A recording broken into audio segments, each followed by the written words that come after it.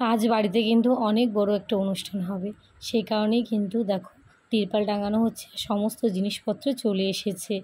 So hello everyone, welcome back to my our channel. তো তোমরা সবাই কেমন আছো? আশা করছি সবাই খুব ভালো আছো, আর আমিও ভালো আছি।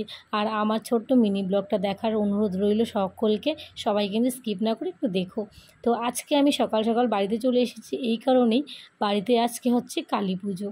আর আমি আসার পরই দেখি যে জেঠুরা সকলে মিলে কিন্তু এখানে তিরপাল টাঙাচ্ছে, কারণ এখনকার দিনের ওয়েদার কখন বৃষ্টি হয় কখন রোদের এত তাপ কোনো কিছুই কিন্তু বোঝা যায় না। তারপর আমি যেহেতু স্নান টান করে ফ্রেশ হয়ে একদম শ্বশুরবাড়ির থেকে চলে এসেছি বাবার বাড়িতে, তো এসেই কিন্তু একটু আড্ডাতে সবার প্রথমে বসে পড়েছে, তারপর কাজকর্মও দেখা যাবে।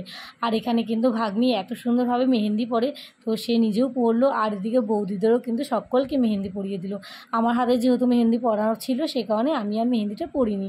তারপর কিন্তু দেখো এখানে দিদিরা সমস্ত কিছু রেডি করছে, কারণ এবছর আমি উপোস একদম করিনি, যেহেতু আমার শরীরটা একটু খারাপ। তার মধ্যে দুদিন মানে বিয়েবাড়িতে জেগেছিলাম, বিয়েবাড়ি গিয়েছিলাম, ওখানে রাত জাগা ছিল, সেই কারণে আমি কালী পুজোয় রাত জাগতে পারবো না বলে এবার উপোসটা আমি করিনি। এদিকে দিদি বড়দি হলো ভোগের রান্না করছে, বৌদিরা দিয়ে কাজ করছে, আর আমি যে কাজগুলো প্রত্যেক বছর করি উপোস থেকে, এবছর আমার সেই কাজগুলো বোন করছে, কারণ বোনের পড়েছে সমস্ত দায়িত্ব।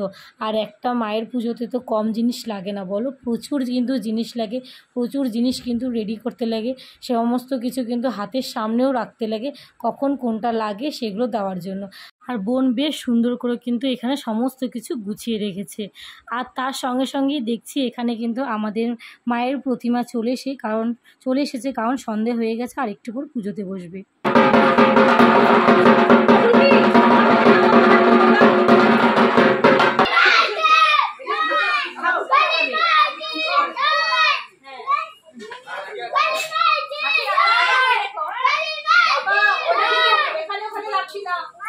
ধরে রাখো।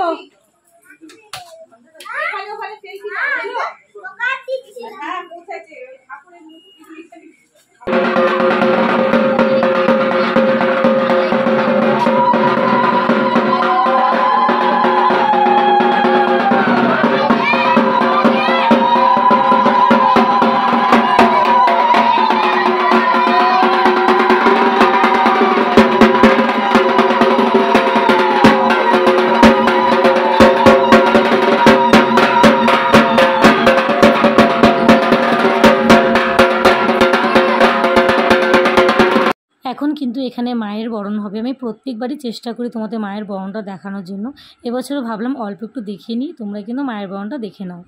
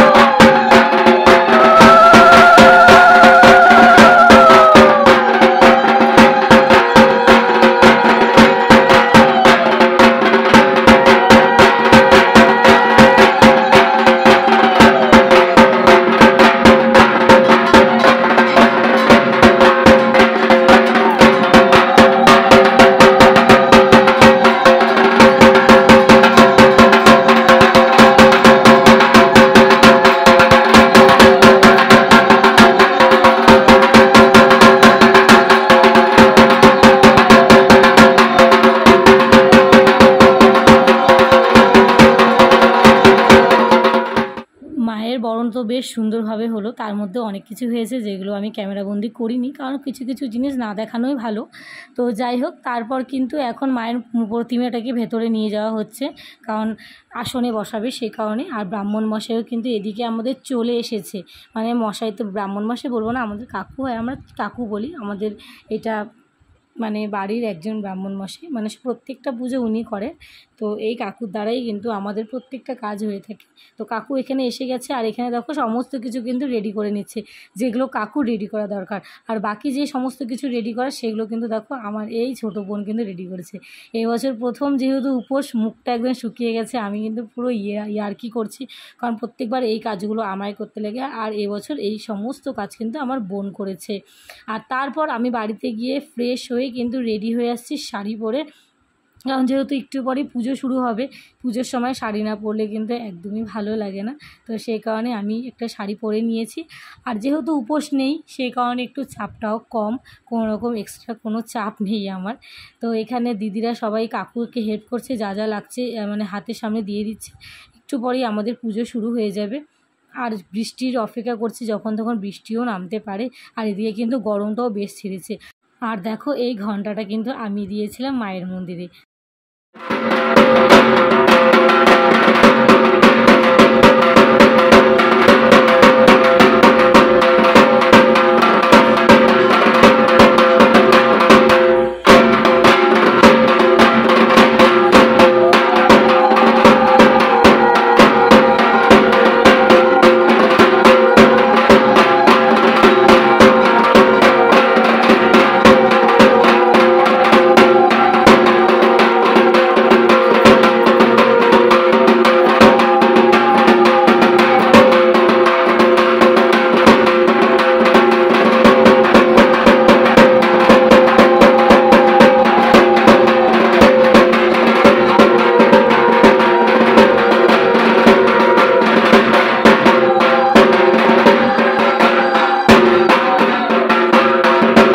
আরতি দেখতে দেখতে কিন্তু এখানে অনেকটা রাত হয়ে গেছে। আর তারপর পেয়ে গেছে প্রচণ্ড পরিমাণে খিদে।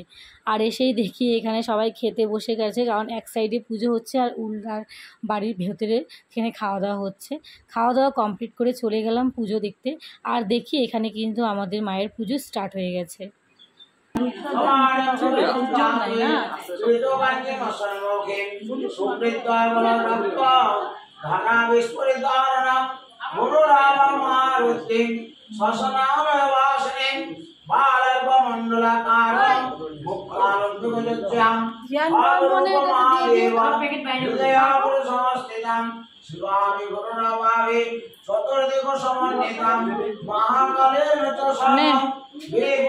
বেশ অনেকক্ষণ ধরেই কিন্তু আমরা সবাই মিলে মায়ের পুজো দেখছি। এখানে এই কয়েকজনকে দেখছি উপোস আছে, আরও কিন্তু অনেকই উপোস আছে, যারা হলো যে যার মতন ভেতরে বসে আছে, কেউ কেউ কাজ করছে, কেউ সাইডে আছে। তো আমরা এই কয়েকজন মন্দিরে এখানে বসেছিলাম। যেহেতু আমি উপোস নেই সেই কারণে মন্দিরের বাইরেই আমি বসেছি, ভেতরে আর ঢুকিনি। তো দিদিদের বললাম একটু হাই করে দে আমার এই ব্লগ ভিডিওটাতে। আর যেহেতু আমি উপোস নেই প্রথমেই বলেছি, এখনও আবার বলছি, সে কারণে ভাবলাম যে ওখানে পুজো হচ্ছে, কিছুটা সময় পুজো দেখলাম। আর অনেকটা রাত হয়ে গেছে, সত্যি কথা বলতে এখন প্রায় 1:30 বাজে।